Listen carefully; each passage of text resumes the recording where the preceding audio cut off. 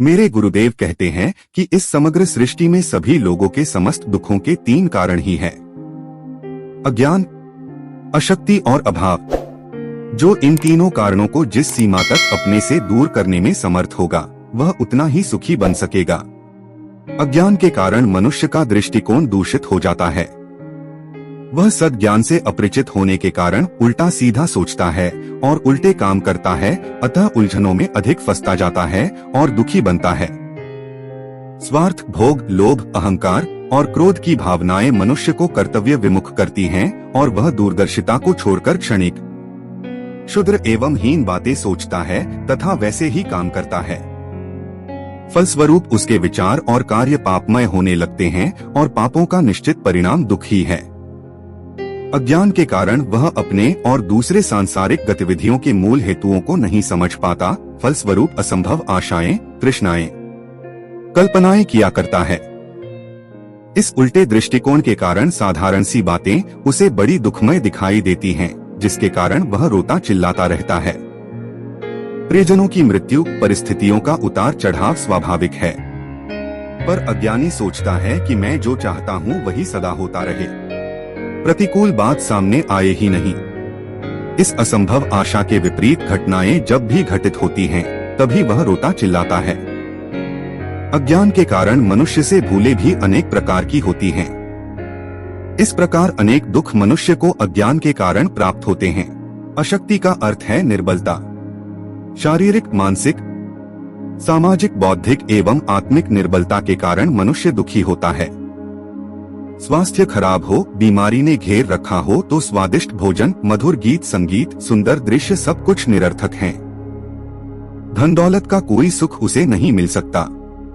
बौद्धिक निर्बलता हो तो साहित्य, काव्य, दर्शन, मनन, चिंतन का रस प्राप्त नहीं हो सकता। आत्मिक निर्बलता हो तो सत्संग, प्रेम, भक्ति आदि का आत्मानंद दुर्लभ है। जो तत्व निर्बलों के लिए प्राणघातक हैं, वे ही बलवानों को सहायक सिद्ध होते हैं। अशक्त हमेशा दुख पाते हैं। उनके लिए भले तत्व भी आशाप्रद सिद्ध नहीं होते हैं।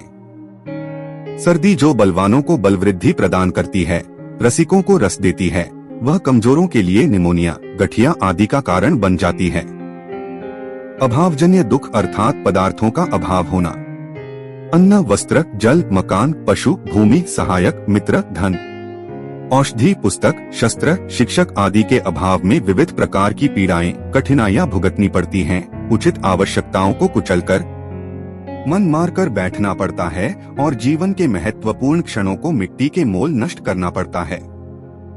योग्य और समर्थ व्यक्ति भी साधनों के अभाव में अपने आप को असमर्थ अनुभव करते हैं और दुख उठाते हैं।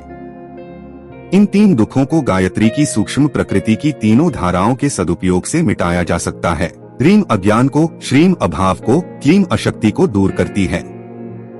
भारतीय सूक्ष्म विद्या विशेषज्ञों ने सूक्ष्म प्रकृति पर अधिकार करके अभीष्ट आनंद प्राप्त करने के जिस विज्ञान का आविष्कार किया था, वह सभी दृष्टियों से असाधारण और महान है। उस आविष्कार का नाम है साधना। साधना से सिद्धि मिलती है। गायत्री साधना भी अनेक सिद्धियों की जननी है। इस श्रेणी के दूसरे भाग में हमने जाना कि एक अव्यय निर्विकार परमात्मा की एक से अधिक हो जाने की इच्छा हुई। उसकी यह इच्छा ही शक्ति बन गई। इस इच्छा या शक्ति को ही ब्रह्मपत्नी कहते हैं। इस प्रकार ब्रह्मा एक से दो हो गया। अब आप उसे किसी भी नाम से जानो, कोई फर्क नहीं पड़ता। इसी शक्ति के द्वारा अनेक पदार्थों तथा प्राणियों का निर्माण होना था, इसलिए उसे भी तीन भागों में विभाजित करना पड़ा, ताकि अनेक प्रकार के सम्मिश्रण तैयार हो सकें और विविध गुण, कर्म, स्वभाव वाले जड़ चेतन पदार्थ बन सकें। ब्रह्म शक्ति के ये तीन टुकड़े सत, रज और तम इन तीन नामों से जाने जाते हैं। सत का अर्थ है ईश्वर का दिव्य तत्व, तम का अर्थ है निर्जीव पदार्थों में परमाणुओं का अस्तित्व और रज का अर्थ है जड़ पदार्थों और ईश्वरीय दिव्य तत्व के सम्मिश्रण से उत्पन्न हुई आनंददायक चैतन्यता। ये तीन तत्व स्थूल सृष्टि के मूल कारण हैं। इनके उपरांत स्थूल उपादान के रूप में मिट्टी, पानी, हवा, अग्नि, आकाश ये पांच स्थूल तत्व उत्पन्न होते हैं। इन तत्वों के परमाणुओं तथा उनकी शब्द, रूप, रस, गंध, स्पर्श तन्मात्राओं द्वारा सृष्टि का सारा कार्य चलता है।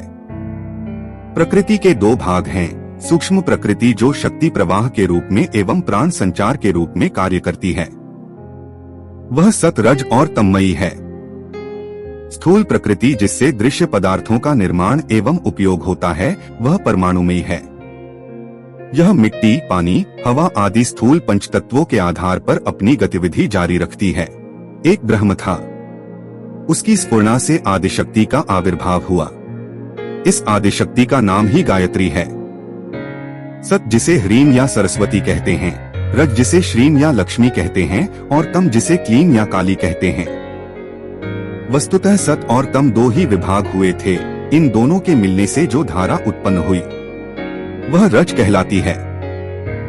जैसे गंगा यमुना जहाँ मिलती हैं, वहाँ उनकी मिश्रित धारा को सरस्वती कहते हैं। सरस्वती वैसे कोई पृथक नदी नहीं है। जैसे इन दो नदियों के मिलने से सरस्वती हुई, वैसे ही सत और तम के योग से रज उत्पन्न हुआ और यह त्रिधा प्रकृति कहलाई। आप सभी लोगों ने अद्वैतवाद, द्वैतवाद और त्रैतवाद के बारे में सुना होगा। वस्तुतः यह समझने का अंतर मात्र है। ब्रह्म, जीव, प्रकृति यह तीनों ही अस्तित्व में हैं। पहले एक ब्रह्म था, यह ठीक है, इसलिए अद्वैतवाद भी ठीक है। फिर ब्रह्मा और शक्ति या प्रकृति दो हो गए, इसलिए द्वैतवाद भी ठीक है। प्रकृति और परमेश्वर के संस्पर्श से जो रसानुभूति और चैतन्यता मिश्रित रज सत्ता उत्पन्न हुई, वह जीव कहलाई। इस प्रकार त्रैतवाद भी ठीक है। मुक्ति होने पर जीव सत्ता नष्ट हो जाती है। इससे भी स्पष्ट है कि जीवधारी की जो वर्तमान सत्ता मन, बुद्धि, चित्त, अहंकार के ऊपर आधारित है, वह एक मिश्रण मात्र है। वेदांत ज्ञान में प्रवेश कर आत्मा के सूक्ष्म विषयों पर प्रकाश डालने का यहाँ अवसर नहीं है। यहाँ तो केवल स्थूल और सूक्ष्म प्रकृति का भेद बताना चाहता हूँ, क्योंकि विज्ञान के दो भाग यहीं से होते हैं। मनुष्यों की द्विधा प्रकृति यहीं से बनती है। पंचतत्वों द्वारा काम करने वाली स्थूल प्रकृति का अन्वेषण करने वाले मनुष्य भौतिक विज्ञानी कहलाते हैं। उन्होंने अपने बुद्धि बल से पंचतत्वों के भेदों को जानकर उनसे अनेक लाभदायक साधन प्राप्त किए। धन, सुख, सुविधा और आराम के साधन सुलभ हुए। इस मार्ग से जो लाभ मिलता है उसे भोग कहते हैं। यह विज्ञान भौतिक विज्ञान कहलाता है, जो स्थूल प्रकृति के उपयोग की विद्या है। सूक्ष्म प्रकृति वह है जो पंचतत्वों से कहीं अधिक सूक्ष्म है। सूक्ष्म प्रकृति की शक्ति धाराओं से तीन प्रकार की शब्द ध्वनियां उठती हैं। सत प्रवाह में ह्रीम, रज प्रवाह में श्रीम और तम प्रवाह में क्लीम ध्वनि उत्पन्न होती है। उससे भी सूक्ष्म ब्रह्म का ओंकार ध्वनि प्रवाह है। नाद योग की साधना करने वाले ध्यान मग्न होकर इन ध्वनियों को ही पकड़ते हैं और उनका सहारा पकड़ते हुए सूक्ष्म प्रकृति को भी पार करते हुए समाधि तक जा पहुंचते हैं। इस योग साधना पथ को हम गायत्री शक्ति के आने वाले भागों में जानेंगे। प्राचीन काल में हमारे ऋषियों ने अपनी तीक्ष्ण दृष्टि से अध्यात्म विज्ञान के इस सूक्ष्म तत्व को पकड़ा था, उसी की शोध में अपनी शक्तियों को लगाया था। अतः आधुनिक विज्ञान की अपेक्षा अधिक लाभों से लाभान्वित हुए थे। मनुष्य के शरीर में अनेक प्रकार की शक्तियों का आविर्भाव होता है। हमारे ऋषिगण योग साधना के द्वारा शरीर के विभिन्न भागों में छिपे हुए शक्ति केंद्रों को, चक्रों को, ग्रंथियों को, मातृकाओं को, ज्योतियों को, भ्रमरों को जगाते थे और उस जागरण से जो शक्ति प्रवाह उत्पन्न होता था उसे आद्य शक्ति के त्रिविध प्रवाहों में से जिसके साथ आवश्यकता होती थी उससे संबंधित कर देते थे। जैसे रेडियो का स्टेशन के ट्रांसमीटर यंत्र से संबंध स्थापित कर दिया जाता है, तो दोनों की विद्युत शक्तियां समश्रेणी होने के कारण आपस में संबंधित हो जाती हैं तथा उन स्टेशनों के बीच आपसी संवादों के आदान प्रदान का सिलसिला चल पड़ता है। इसी प्रकार साधना द्वारा शरीर के अंतर्गत छिपे हुए और तंद्रित पड़े हुए केंद्रों का जागरण करके सूक्ष्म प्रकृति के शक्ति प्रवाहों से संबंध स्थापित हो जाता है। इस संबंध के कारण मनुष्य उस आद्य शक्ति के गर्भ में भरे हुए रहस्यों को समझने लगता है और अपनी इच्छानुसार उनका उपयोग करके लाभान्वित हो सकता है। वर्तमान काल के वैज्ञानिक पंचतत्वों की सीमा तक सीमित है। स्थूल प्रकृति के साथ संबंध स्थापित करने के लिए बड़ी बड़ी कीमती मशीन, विद्युत, वाष्प, गैस, पेट्रोल आदि का प्रयोग करके कुछ आविष्कार करते हैं और थोड़ा सा लाभ उठाते हैं। यह तरीका बड़ा श्रम साध्य, कष्ट साध्य, धन साध्य और समय साध्य है। यह सब झंझट भारतीय योग विज्ञान के विज्ञानवेत्ताओं के सामने नहीं थे। वे बिना किसी यंत्र की सहायता के केवल अपने शरीर के शक्ति केंद्रों का संबंध सूक्ष्म प्रकृति से स्थापित करके ऐसे आश्चर्यजनक कार्य कर लेते थे जिनकी संभावना तक को आज के भौतिक विज्ञानी समझने में समर्थ नहीं हो पा रहे हैं। महाभारत और लंका युद्ध में जो अस्त्र शस्त्र उपयुक्त हुए थे उनमें से रडार, गैस बम, अश्रु बम, कीटाणु बम, परमाणु बम, मृत्यु किरण आदि का धुंधला चित्र अभी तैयार हो पाया है। प्राचीन काल में मोहक शस्त्र ब्रह्मपाश, नागपाश, वरुणास्त्र, आग्नेय बाण, शत्रु को मारकर तरकस में लौट आने वाले बाण आदि उपयोग होते थे। शब्द वेद का प्रचलन था। ऐसे अस्त्र शस्त्र किन्हीं कीमती मशीनों से नहीं परंतु मंत्र बल से चलाए जाते थे, जो शत्रु को जहां भी वह छिपा हो ढूंढकर उसका संहार करते थे। लंका में बैठा हुआ रावण और पाताल में बैठा हुआ अहिरावण आपस में भली प्रकार वार्तालाप करते थे। उन्हें किसी रेडियो यंत्र या ट्रांसमीटर की जरूरत नहीं थी। विमान बिना पेट्रोल के उड़ते थे। अष्ट सिद्धि और नव निधि का योग शास्त्रों में जगह जगह पर वर्णन है। अग्नि में प्रवेश करना, जल पर चलना, वायु के समान तेज दौड़ना, अदृश्य हो जाना, मनुष्य से पशु पक्षी का शरीर बदल लेना, शरीर को बहुत छोटा या बड़ा, बहुत हल्का या भारी बना लेना, शाप से अनिष्ट उत्पन्न कर देना, वरदानों से उत्तम लाभों की प्राप्ति, मृत्यु को रोक लेना, पुत्रेष्टि यज्ञ, भविष्य का ज्ञान, दूसरों के अंतस की पहचान, क्षण भर में यथेष्ट धन, ऋतु, नगर, जीव जंतु गण, दानव आदि उत्पन्न कर लेना, समस्त ब्रह्मांड की हलचलों से परिचित होना, किसी वस्तु का रूपांतर कर देना, भूख, प्यास, नींद, सर्दी, गर्मी पर विजय, आकाश में उड़ना आदि अनेकों आश्चर्य भरे कार्य केवल मंत्र बल से, योग शक्ति से, अध्यात्म विज्ञान से होते थे और उन वैज्ञानिक प्रयोजनों के लिए किसी प्रकार की मशीन, पेट्रोल, बिजली आदि की जरूरत नहीं पड़ती थी। यह कार्य शारीरिक, विद्युत और प्रकृति के सूक्ष्म प्रवाह का संबंध स्थापित कर लेने पर बड़ी आसानी से हो जाते थे। यह भारतीय विज्ञान था जिसका आधार था साधना। आत्मिक, मानसिक और सांसारिक तीनों प्रकार के सुख साधन आद्य शक्ति गायत्री की सत, रज, तन्मयी धाराओं तक पहुंचने वाला साधक सुगमता पूर्वक प्राप्त कर सकता है। साधना द्वारा केवल तम तत्व से संबंध रखने वाले उपरोक्त प्रकार के भौतिक चमत्कार ही नहीं होते वरन रज और सत क्षेत्र के लाभ भी प्रचुर मात्रा में प्राप्त किए जा सकते हैं।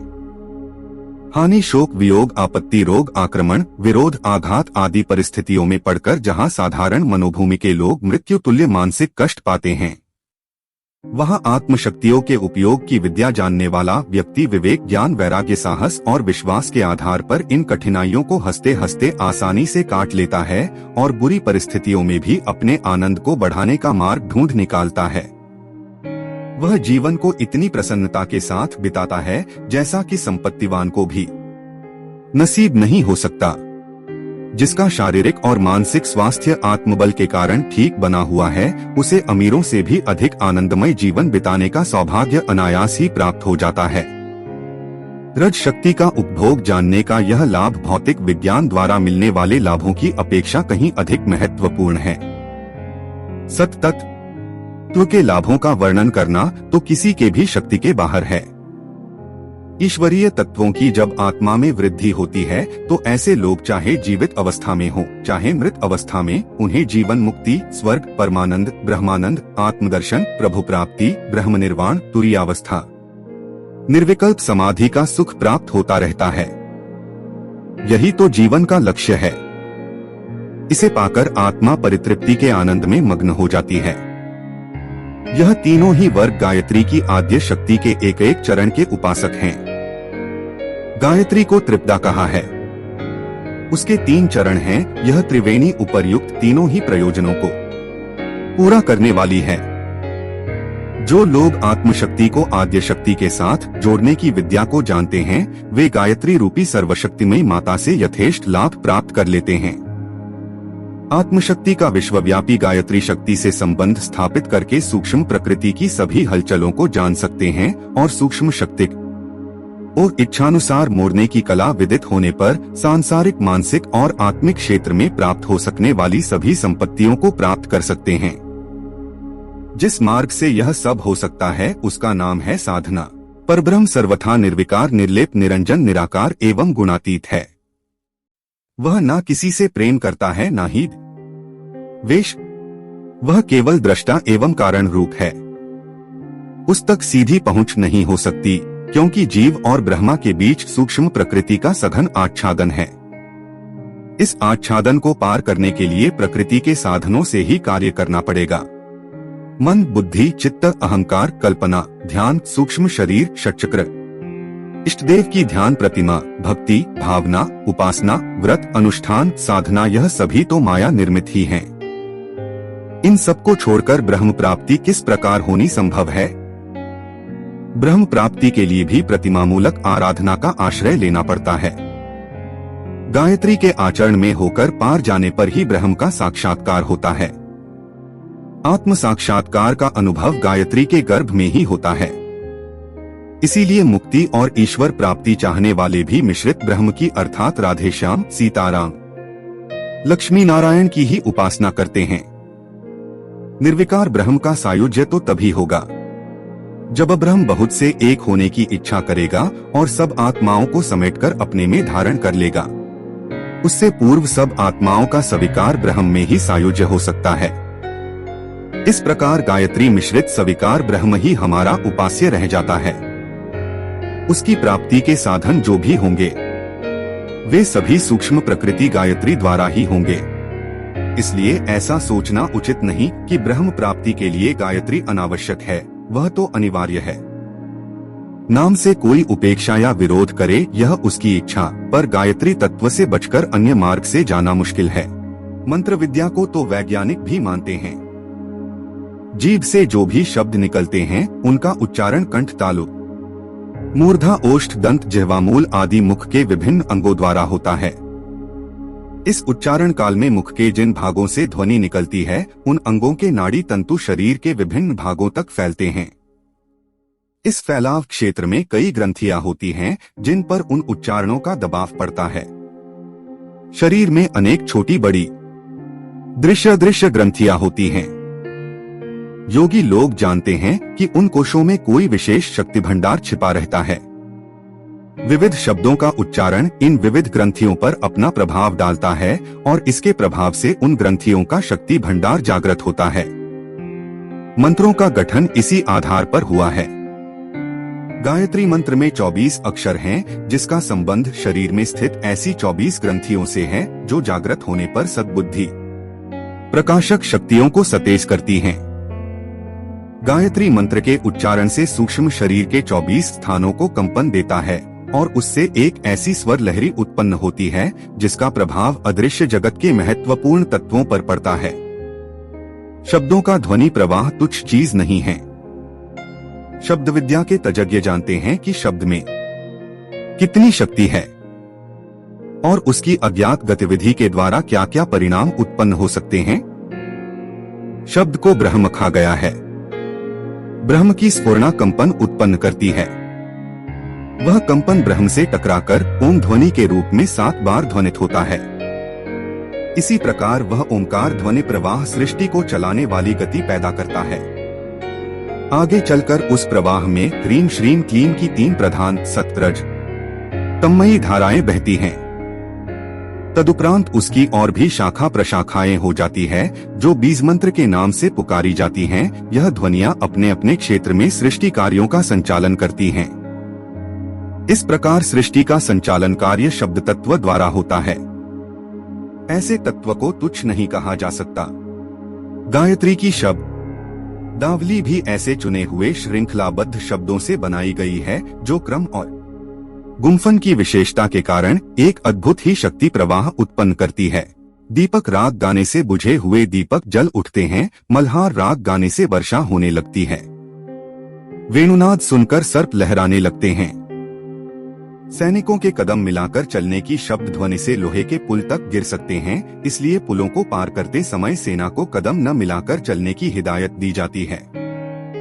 कई वैज्ञानिकों ने विविध संगीत ध्वनियों से अनेक असाध्य रोगियों को अच्छा करने में सफलता प्राप्त की है। कारण यह है कि शब्दों के कंपन सूक्ष्म प्रकृति से अपनी जाति के अन्य परमाणुओं को लेकर आकाश का परिभ्रमण करते हुए जब अपने उद्गम केंद्र पर लौटते हैं तो उसमें अपने प्रकार की एक विशेष विद्युत शक्ति भरी होती है और परिस्थिति के अनुसार उपयुक्त क्षेत्र पर उस शक्ति का एक विशेष प्रभाव पड़ता है।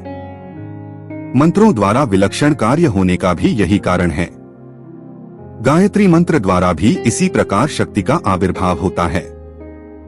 मंत्रोच्चारण में मुख के जो अंग क्रियाशील होते हैं उन भागों में नाड़ी तंतु कुछ विशेष ग्रंथियों को स्फुरित करते हैं।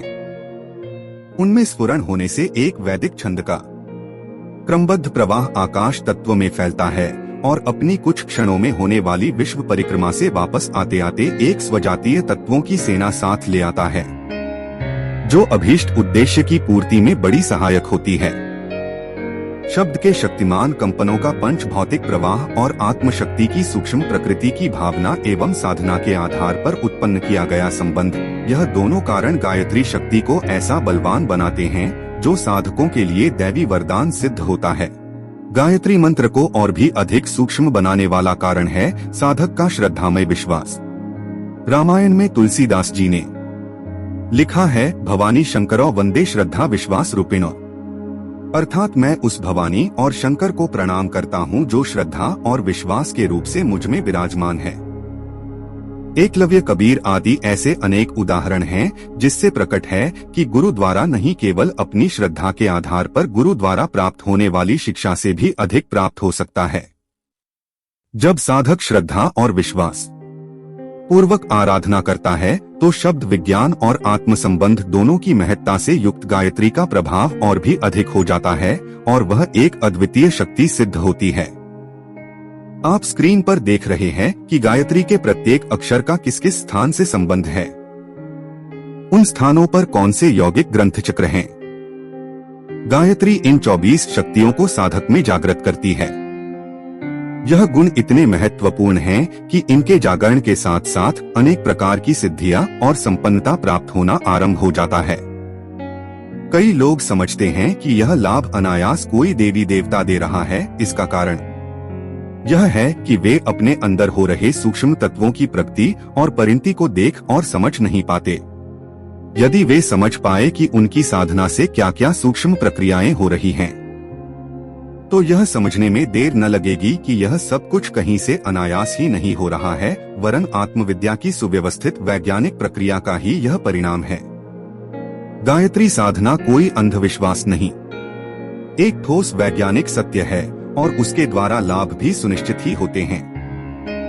गायत्री शक्ति के चौथे भाग में हम गायत्री मंत्र के शाब्दिक अर्थ के विषय में जानेंगे। ओम नमः शिवाय।